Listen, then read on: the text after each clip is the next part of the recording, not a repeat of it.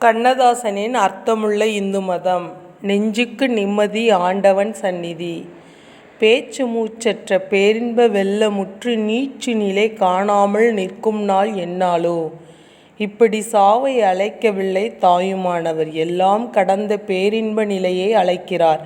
சர்வ அங்கமும் ஒருமுகமாகி இன்பத் துன்பங்களை கடந்து நிற்கும் நிலையே பேரின்ப நிலையாகும்.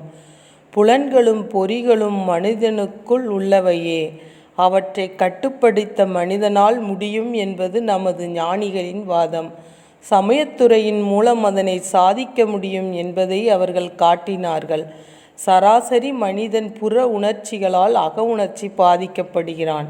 அக உணர்ச்சியின் பாதிப்பால் புறத்தோற்றத்திலும் மாறுதலடைகின்றான்.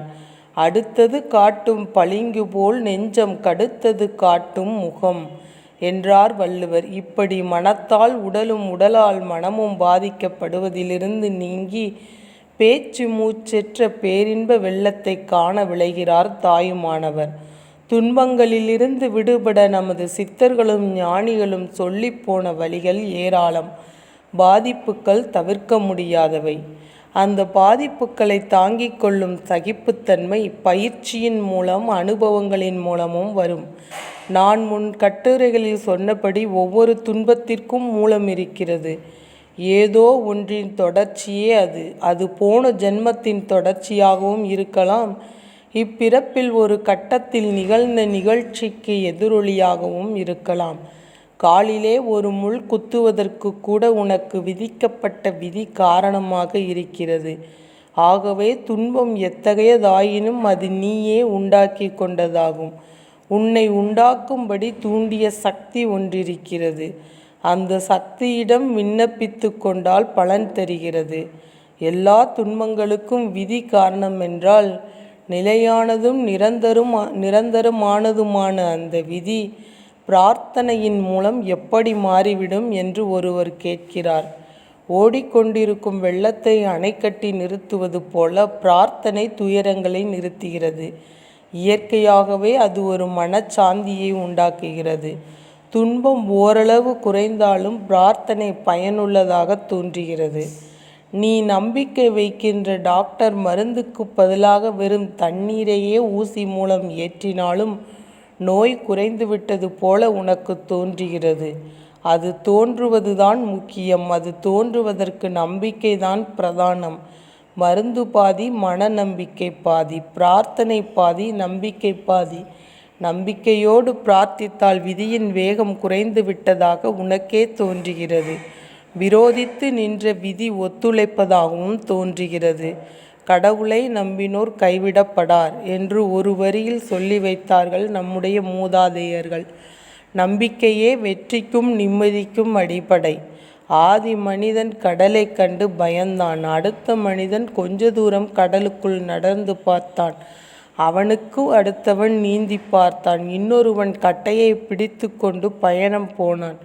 கட்டை படகு ஆயிற்று, படகு கப்பலாயிற்று, பயணம் சுலபமாயிற்று. கடலும் கடக்கக்கூடியதே என்ற நம்பிக்கை வந்தது. உலகம் உருண்டை என்ற உண்மையும் தெரிந்தது. விமானத்தில் பறக்கும் உயரத்தையும் வேகத்தையும் கொஞ்சம் கொஞ்சமாக அதிகப்படுத்தி கொண்டே போன மனிதன் சந்திரமண்டலம் வரை பயணம் போகலாம் என்ற நம்பிக்கை கொண்டான்.